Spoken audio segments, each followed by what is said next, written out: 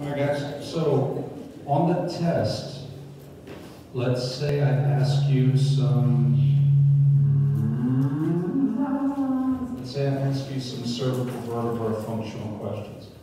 First thing I'd do, to get your test, I would do this.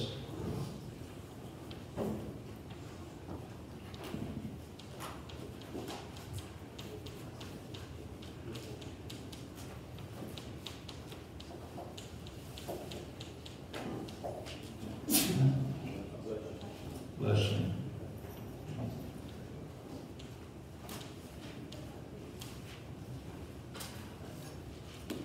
And then that has all the answers for it.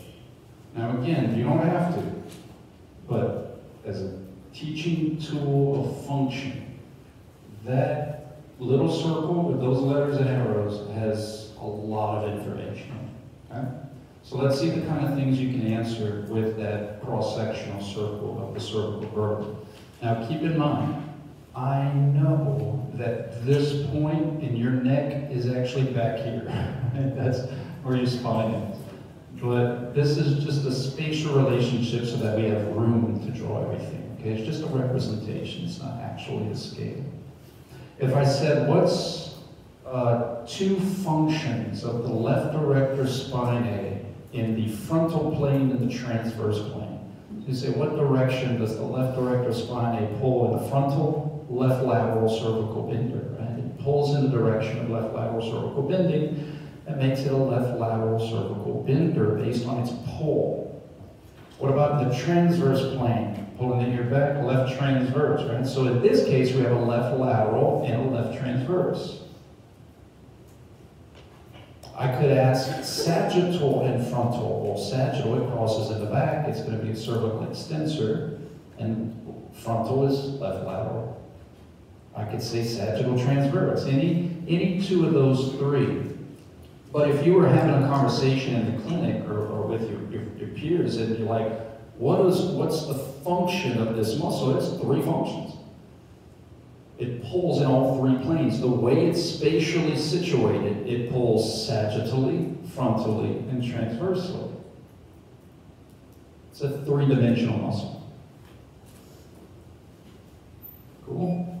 How would you stretch that left erector spinae in the sagittal? You'd want to flex in order to lengthen something that's pulling in the direction of extension, right? So to stretch it in the sagittal, let's say I ask you sagittal and transverse. One at a time. Sagittal, you want to flex. Transverse, if it's pulling you this way, that's shortening if you have motion in the directional pull. So we actually want to look to the right. We want to have right transverse cervical rotation in order to lengthen the left erector spinae. You see how that works? Right? What if I asked you on the test to name the right lateral cervical benders? The muscles that pull in the direction of the ones you're accountable for. Well, who's on the right side? Literally, who's on that side? Right sternocleidomastoid, right erector spine. And I might group up right erector with left erector and right sterno, and I might have different matches, but as long as you know what you're looking for, you just find it on the different choices and be like, yay, there it is. What if I asked the question this kind of way? Who would work with the left sternocleidomastoid in the transverse plane? Who would be an agonist in the transverse plane of cervical motion pull? Would it be the right sterno? No, that would cancel out. Right? Would it be left erector? No, that would cancel out. Right erector. So I'm showing you different ways I can ask questions, and all of those questions can be answered with one picture and seeing the muscles where they cross and how they cross. Okay? All right? Any questions? Let's take a look at this really quick. because this is going to help us when I get into trunk muscles. Everybody loves the trunk muscles, man. Get to the core. All right. All right, I'm going to teach you guys a term, and it's actually, it's a spin-off of a term you've heard before, obliquity, obliques, angles, obliquity, angle. And I have a term that I kind of use interchangeably with it because it really emphasizes the angle and that's spirality, something that's spiraling across, has multiple directions of pull. And so what I want to show you, let me actually show it to you, is how we can lose obliquity depending on the position that we're in. So I hinted at this on Wednesday, how in anatomical position our sternocleidomastoids have obliquity. But when I actually do what that obliquity muscle is trying to do, once I get to a certain point, I lose. You know, it's like an analogy. You know, if you have a bow and you have it cocked back and its function is to shoot the arrow, well, once it does its job, it's no longer in a position to shoot the arrow. You have to re-prep it in order to get the action. So it's the same thing. In anatomical position, your muscles are there in a position to make you turn. But once you actually turn, you lose that function on one side, which is actually cool because you don't want to go too far, right? You ever saw the movies with like Jean-Claude Van Damme, right? You go too far, you don't want to go too far. So while one loses its obliquity, the other side gains more obliquity to slow you down and to bring you back. But what I want you to see is how straight up and down that sternocleidomastoid becomes when you actually, it loses its angle.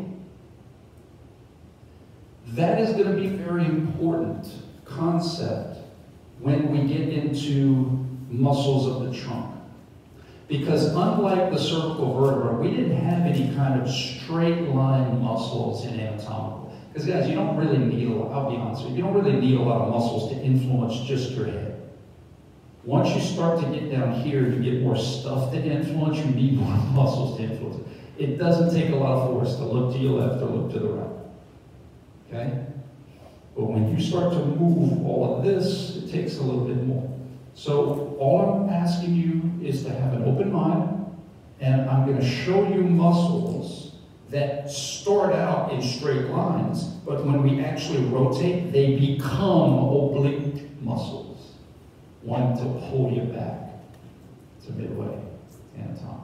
It's kind of cool. So on the test, every muscle function is going to be referenced to anatomical position unless stated otherwise. Okay? Unless I tell you, you are in this new position, how would this muscle now pull in a direction? Okay? Those are, I say rare occasions, but those are exceptional cases just to teach you that muscles can change their function based on position. Not all of them, but you have some very cool muscles that you may need some help in both extreme ranges of motion, and you have ways that you can get that muscle to help on both ends by switching its function. Okay? Let's first start off with trunk concepts. Trunk concepts.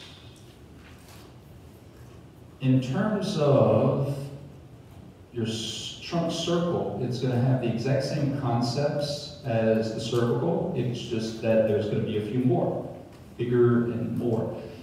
But the concept is still the same. Anterior crossing muscles are going to pull in the direction of trunk flexion. When you think about it, you're doing crunches, aren't you feeling muscles that are in the front? Right? Anterior crossing muscles. And if you flip over on your tummy and you're doing some back extensions, going to be posterior crossing muscles. And you have some muscles on the right side of your belly button that are trying to pull your right shoulder to your right pelvis, or you can flip it up, right pelvis, right shoulder, and you have left. So you got stuff on the left side of your belly button, right side of your belly button, front, back, And then you have muscles that are trying to twist you to the left and muscles that are trying to twist you to the right. Okay? So if you use the Adam's apple as kind of right side, left side, you use your belly button. Right side, left side.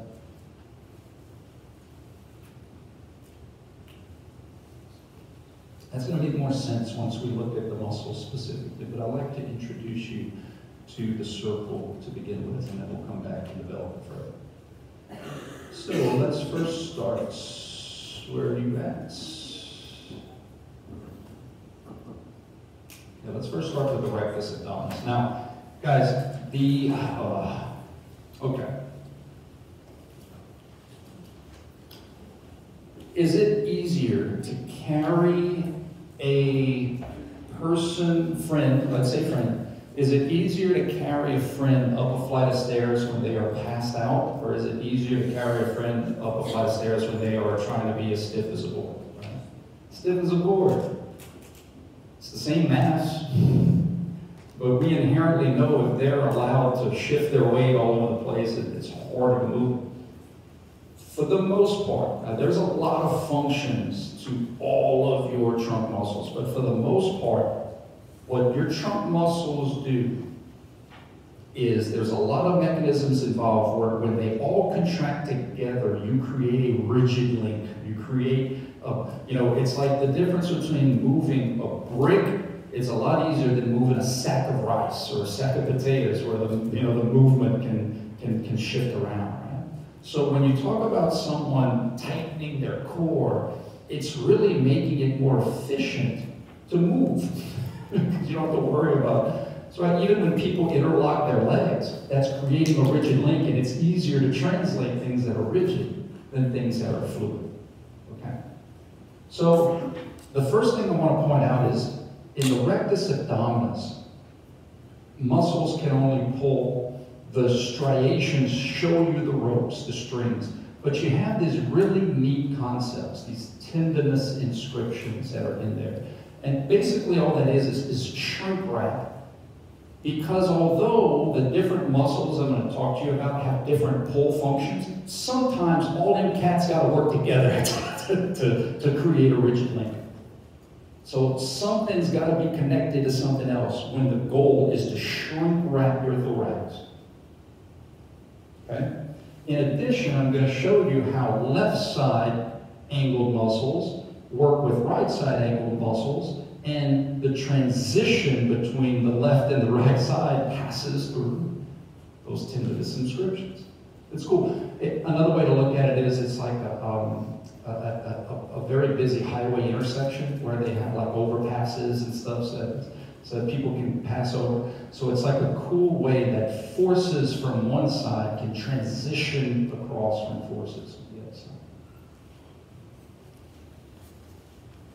So what is the function of the rectus abdominis? An anatomical position. Well, how does it cross the trunk? It crosses the trunk in the front. This is a muscle that starts on your rib cage, right? You look at it, it's on the ribs, like a little top of your xiphoid process, and it just goes to your pubis. So it's pulling ribs to pubis. I mean, you imagine just having a skeleton. If you took the ribs and pulled down, you pull in the direction of trunk flexion. But know that muscles don't have, I know we say muscle memory, what we're really saying is motor patterns. Muscles don't really think. When you zap a muscle, it just pulls. So if the pubis is pulling on the ribs, guess what? The ribs is pulling on the pubis. They're both pulling on each other. So sometimes you have ribs moving, sometimes you have pubis moving.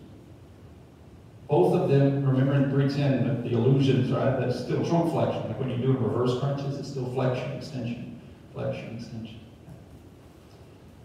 Now, rectus abdominis, you have two slits that are separately innervated. One on the right side of your belly button, one on the left side of your belly button. So in other words, that muscle doesn't have to be recruited together. Just like the sternocleidomastoids don't, you have the right side, you have the left side.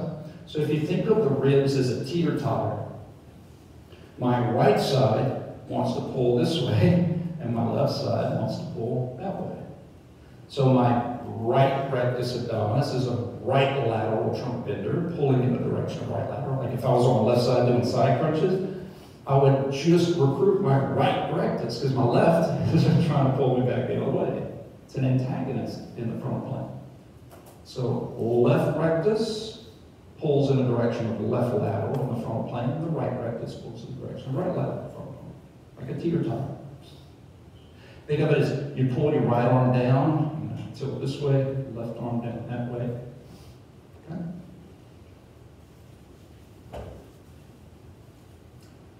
So,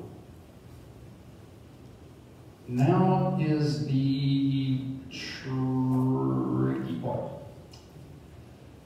In anatomical position, if you look at muscle, not a lot of obliquity, right? Very straight up and down. Kind of like when I looked to the left and you saw that sternocleidomastoid straight up and down. Like you could say, well, once I look to the left, it's kind of not wanting me to pull to the left anymore as much. In anatomical position, very vertical. However, if we twist to the right or twist to the left, we create obliquity in the rectus abdominis. Maybe this can help you to see it. Straight line. Okay. If I twist to the right, notice the obliquity. If I twist to the left, notice the obliquity.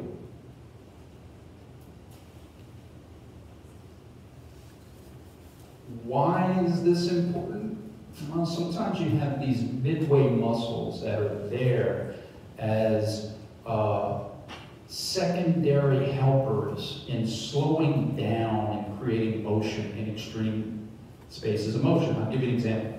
If you were doing some twisting exercises and you twisted to the right, well, something's got to slow down your right transverse trunk, right? So having your rectus abdominis being lengthened from anatomical can help you slow down. It can help the other muscles slow down your motion, then help you speed up your motion to midway. It can't get you past it. But if you think about it, once you speed up your motion, the hard stuff's already done.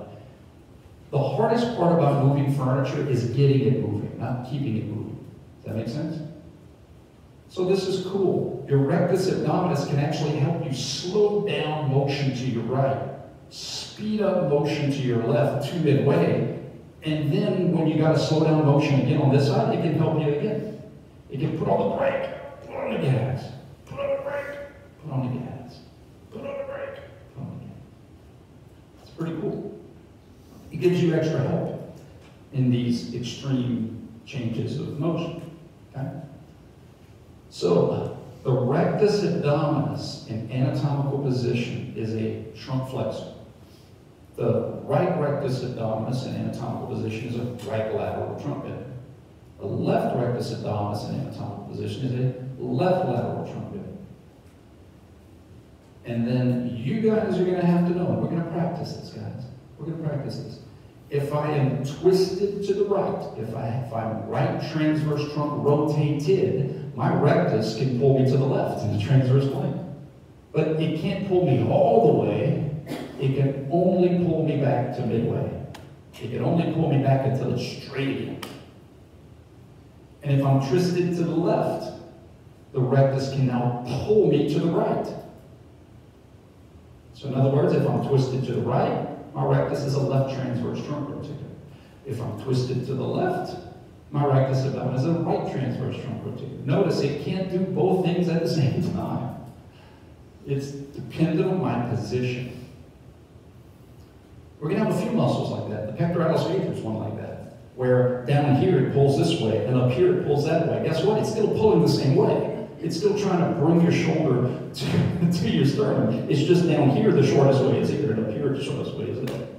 It's kind of like that. You can switch function of muscles, some of them. Okay? Again, don't freak out. We're going to practice this a lot. Let's get to the fun ones, the obliques. Now, let's first talk about the transverse. Okay.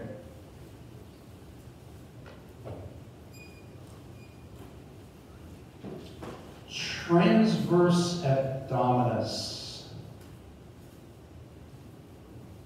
I like to call it the shrink wrap muscle.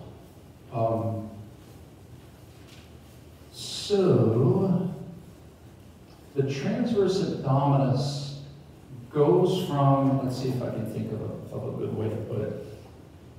We only see the right side on this picture, right? But they have the left side. And if you think about that one side, all of its fiber type is horizontal, right? In the X. So my point is that there's a lot of translation of rib to spine. Like in other words, even if I just looked at that right side trying to pull the ribs, well, it's also trying to pull the pelvis. And we know that trunk is rib and pelvis, so they kind of cancel each other out. And it's just trying to like, in addition, transverse abdominis passes over to the left side as well. So again, the right side, the left side would cancel out, and you get this nice shrink wrap. Now, for your therapists and athletic trainers, this is super important for lumbar stability, lumbar stabilization, because it's kind of pulling on spine on one side, the spine on the other side. Having weakness in there could allow a little bit more movement than what we would like. So if you're having some hypermobility of your spine, this is a muscle that you would work a lot, but it wouldn't necessarily be working like this. It'd just be like tight. Let loose and tight. Again, muscles don't necessarily just have movement functions. You know what this is? This is like your thoracic sphincter. Just like you have other sphincters in the body, right? Pyloric and cardiac. This is like a skeletal sphincter to squeeze on that tube of toothpaste. Right? Pressure goes up, pressure comes down. But that's how you generate extra pressure. When you squeeze in the middle of the toothpaste, doesn't the pressure go up? That literally squeezes on your tube of toothpaste to increase intervertebral pressure. So I wanted to discuss it because it is important, but it's important for other mechanisms, not necessarily motion. Okay? Not necessarily motion. So let's get to the ones that are super duper important for transverse motion, and that's our obliques. So let me first start off by saying you have two sets of two. So four total, right? Two sets of two. You have externals and you have internals, and you have a set on the right side, you have a set on the left side. So actually set could mean different things here. Let me use cards, for example. You have the ace of club, the king of club, and you have the ace of heart, and you have the king of heart. Well, you have a set of aces, but you also have a set of clubs. Does that make sense? The ace of heart, club, and the king of club is a set of clubs, but the ace of club and the ace of heart is a set of aces. So it's very similar. You have two sets of two. You have a set of external obliques, right and left, and you have a set of internal obliques, right and left. And they're going to be used depending on the plane of pull, depending on the direction. Your obliques can be agonists or they can be antagonists. And then your external and internals can be agonists or antagonists. Two sets of two. The way I want you to initially think of the spatial relationship of the obliques is gun and holster. This was taught to me in the 90s by Dr. George. But he said, if you think about your external obliques as the holster and the internal obliques as the gun, they do a little crisscross applesauce, right? They crisscross. External, internal. External, internal. The easier way for me to remember external is that externals are lower extremity versions of your sternocleidomastoids. They got the same line of pull. So literally just bring your sternocleidos down, and it's the same thing. They're going to have the same function. Not at the same place, but they're going to pull the exact same. Okay? Internal obliques have everything the same except transverse plane. Because if the externals run posterior to anterior, the internals run anterior to posterior. Okay? So let's look at individual functions of the obliques. First of all, the vertical pull, right? So yes, there's obliquity, but there's also some verticalness, some up and down, right? So again, just like the rectus abdominis, man, we're pulling on ribs and we're pulling on pelvis, ribs to pelvis. Trunk flexion, pulling in the direction of trunk flexion. It's in the front of the spine. They're going to be trunk flexors. So both obliques, external, right and left, pulling ribs to pelvis. It's the easiest way to look at it.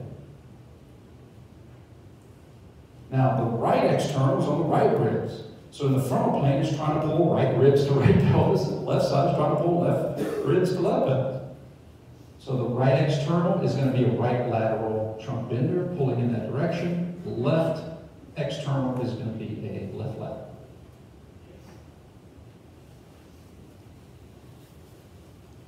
All right, now the transverse. A few ways to think about it. One is you can actually look at the serrations and say, okay, in the X component, it's trying to pull posterior ribs to anterior pelvis. Does that make sense? In other words, if those striations were to line up, you would bring the ribs forward. You would draw forward to make everything line up. So if this is the right external oblique, they're going to be left transverse trunk rotated. Just like a sternocleidomastoid. Another way to look at it is if I had I'm going to bring my skeleton. I was running behind today, guys. I apologize. But you can do a thought experiment to see this. If I reached out, remember in the sternos, I said my mom grabs my ear and pulls forward and she's going to want to make me look to the left. It's kind of the same thing. If you pull on the right ribs forward, it's going to make you want to look to the left. Left transverse. Okay.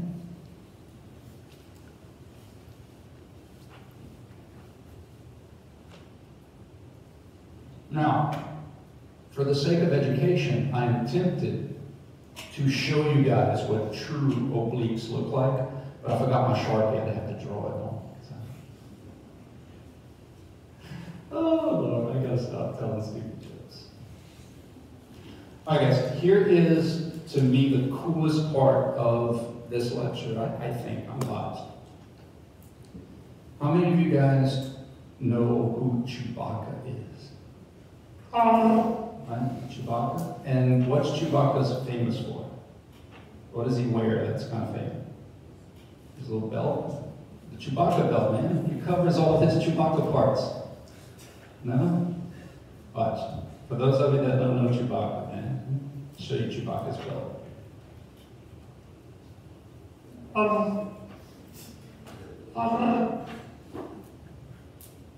Let's see Chewbacca. Oh, he's looking good. All right. You must have heard my joke. All right. So there's Chewbacca's belt, man. That's how they cover themselves, right? That's Chewbacca clothes. This is the important thing, guys. Chewbacca's belt. Part of that belt runs on the right side and part of that belt runs on the left side, yes? It's a continuation, it's one belt. That's kind of how the obliques work. The right external is an extension of the left internal. And they pass their force through all those tendinous inscriptions to the other side so that they can literally work as one unit. The left external is an accentuation of the right internal because they run in the same diagonal direction.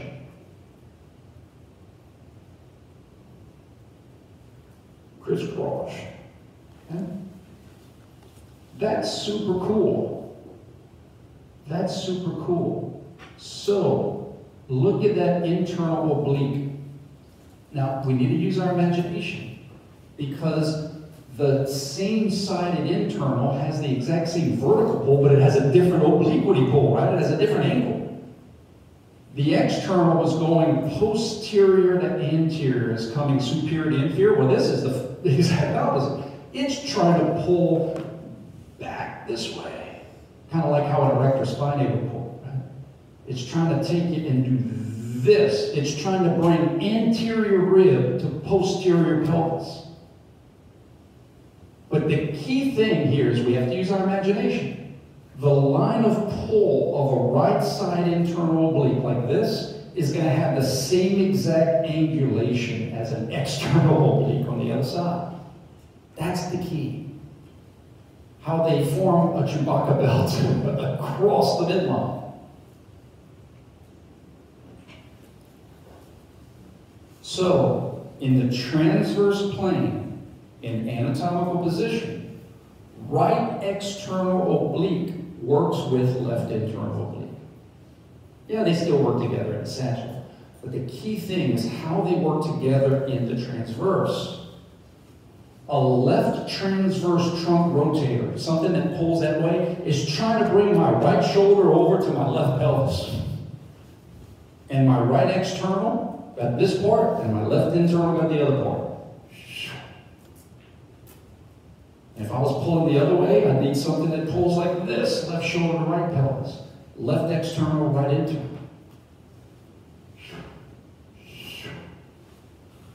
It's tearing up my heart. Okay? So,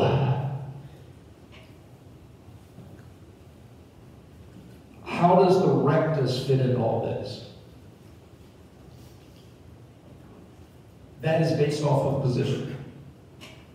Think of it like this, though. Just like we set precedent with the sternocleidos, as I twist to the right, I lose obliquity in these obliques, but I gain obliquity in the others, which is great, because when it comes time to slow down motion, I need to make sure that I have muscles being lengthened and pull in the direction the other way, right, to slow down motion. And now my rectus can help those muscles. Put on the brake, speed it up. Put on the brake, speed it up. So one of the ways you can ensure you don't have too much hypermobility is to literally, let's say handicap, take away the obliquity function of those muscles as you actually move in that direction. Does that make sense? What I mean by that is, as I twist to the left, as I keep going and I'm running out of road, I kind of don't need those muscles to pull in the direction of twisting me to the left. So I'm going to lose what they do well, while at the same time starting to gain what the other group of muscles do well. Slowing down my rotation, speeding up my rotation. Slowing down, speeding up, slowing down, speeding up. It's cool. Then on top of that, I'm going to add the duality function of the rectus, meaning that when I'm twisted to the right, it naturally wants to pull me back to midline. And when I'm twisted to the left, it naturally wants to pull me back to the midline. So when you're doing twisty exercises, you work your rectus twice as much as you work in your own muscles, because it actually works in both ends of the range of motion.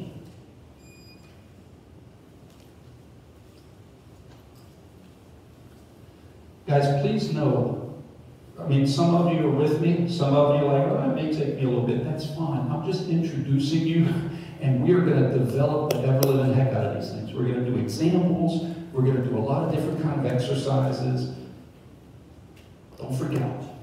This is just introducing you to these muscles based on their pull. So, what do we know so far? We know that the rectus abdominis, both in anatomical position, trunk flexors. The right is a trunk flexor, the right lateral trunk bender. The left is a trunk flexor, left lateral trunk bender. In anatomical position, it has no obliquity. It has no angulation, straight up and down. In anatomical position, my right external oblique is a trunk flexor, right lateral trunk bender, left transverse trunk rotator. So don't get right and left confused. This is an old 310 concept. Remember how I said right and left means two different things in two different planes? Do a cartwheel to your right is different than spin to your right.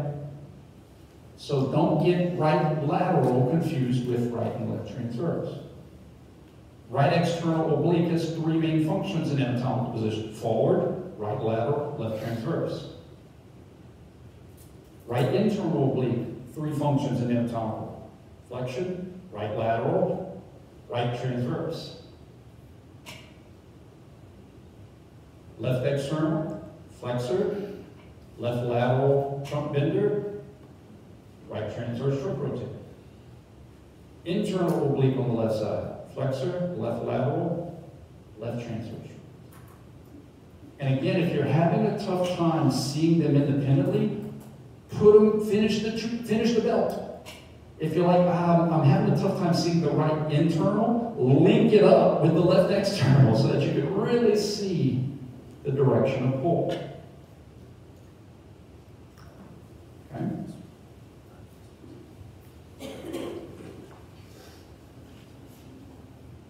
The erector spinae follow the same concepts as the cervical vertebrae.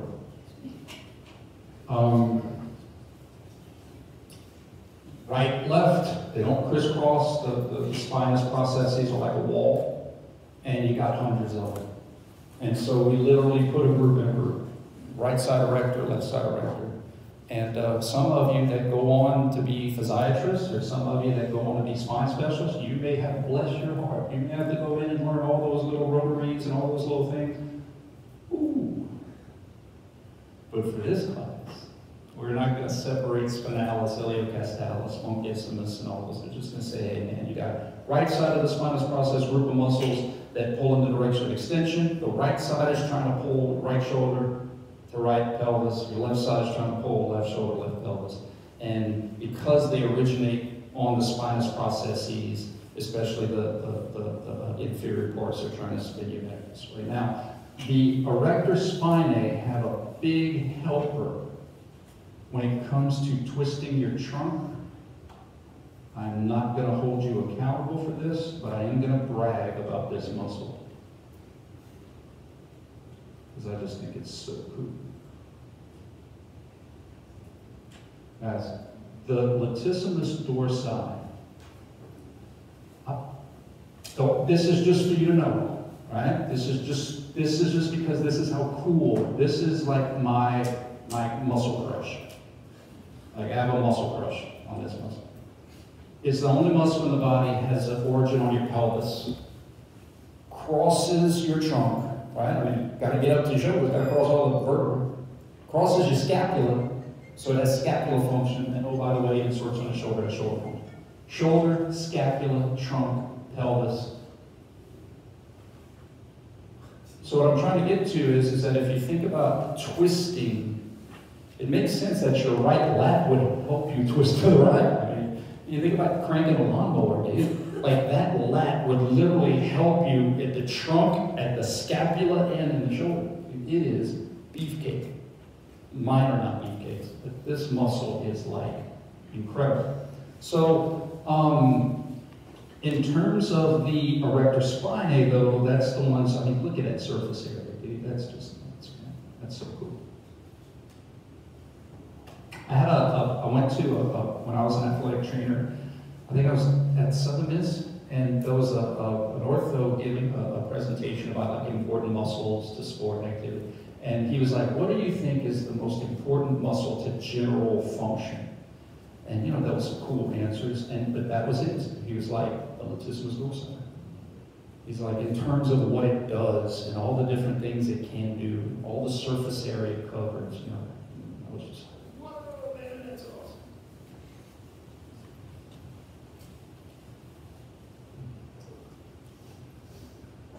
All right, so, okay, so check this out. Here's the similarities between trunk and cervical. The erector spinae, exact same. Exact same. Concept. In the back, right side, left side, right of the spinous process, left of the spinous process, both of them together pull in the direction of trunk extension.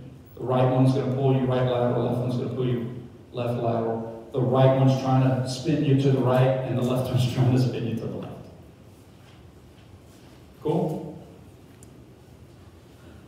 The others, right? The others, the external obliques have the same run as our sternocleidomastoids, so there's precedent there. You go from here to there. Both of them pull this way. Right does this, left does that. Right does this. Right is a left transverse trunk rotator. You can see it right there. The REO, speed wagon. The right is trying to spin you to the left. And the left is trying to spin you to the right. Again, for redundancy, one is if you're like, well, we have so many muscles in the front of the back. Well, that's why I kind of told you about the lat, where those back muscles have some help, and there's a bunch of them. Don't feel sorry about those muscles. And then another reason we have so many front muscles is protection, man. Just being able to protect our internal organs from oopses. We have to be able to create rigid links. Not just for general protection, but in order for us to efficiently move our centers of mass. It's easier to move rigid things than it is to move fluid things. Okay? So, looking at this cross-sectional circle of function, you could look at what the rectus abdominis does. Both of them cross anterior, pulling in the direction of trunk flexion. You could look at the erector spine, crossing posterior, pulling in the direction of trunk extension. All of my right lateral trunk benders are going to be the ones on the right side of the belly button, right? Who sits on the right side of class? Right rectus abdominis, right external oblique, right internal oblique, right erector spinal. That's just what you're accountable for. Who's in this class? Look, there's more, okay? Quadratus lumborum. I'm just trying to give you the major ones, okay? And then when you guys branch off into your specialties, you may learn more people on the team. In other words, by me not mentioning every tertiary muscle, it's not that there's just more to the story. I'm just prepared to tell a certain level of the story for this class, right? Because it's overwhelming as it is, especially when we get into shoulder and hips, man, there's a lot of stuff in there. So if I ask you what is the function of the left internal oblique and anatomical, you say, well, how does it sit in class? How does it cross?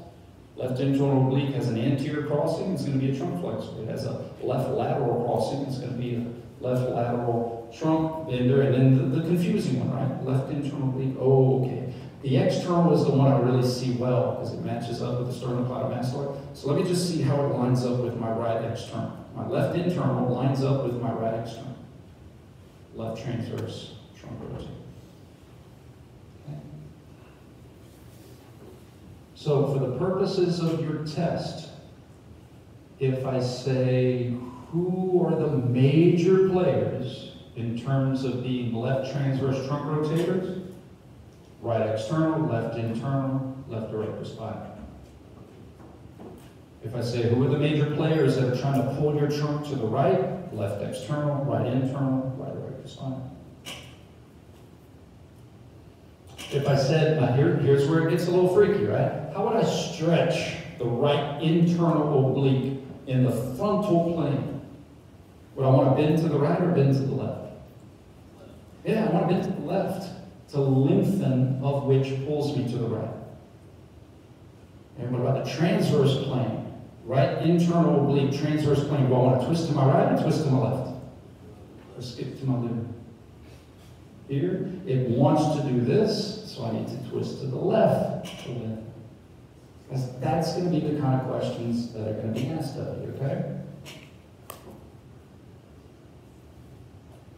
Now, on Monday, this is what we're going to do. And the reason I'm giving it to you is so that you can practice. First of all, guys, listen. The difference between mechanics and biomechanics is freaky stuff. What I mean by that is an engineer only has to worry about the door moving about the wall. He never has to worry about the wall moving about the door, right? So what I'm saying is that a lot of times when we call things lefty-loosey, righty-tighty, it's from the thing that's always moving. But guess what? In our body, we can move other things.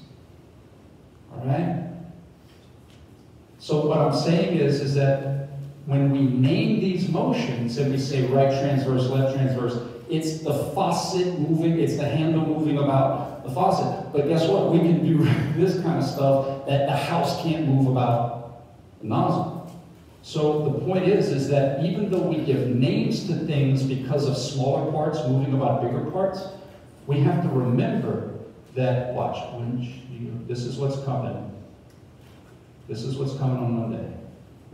We have to be able to figure out which muscles are working, even though we may be moving the wall out the door.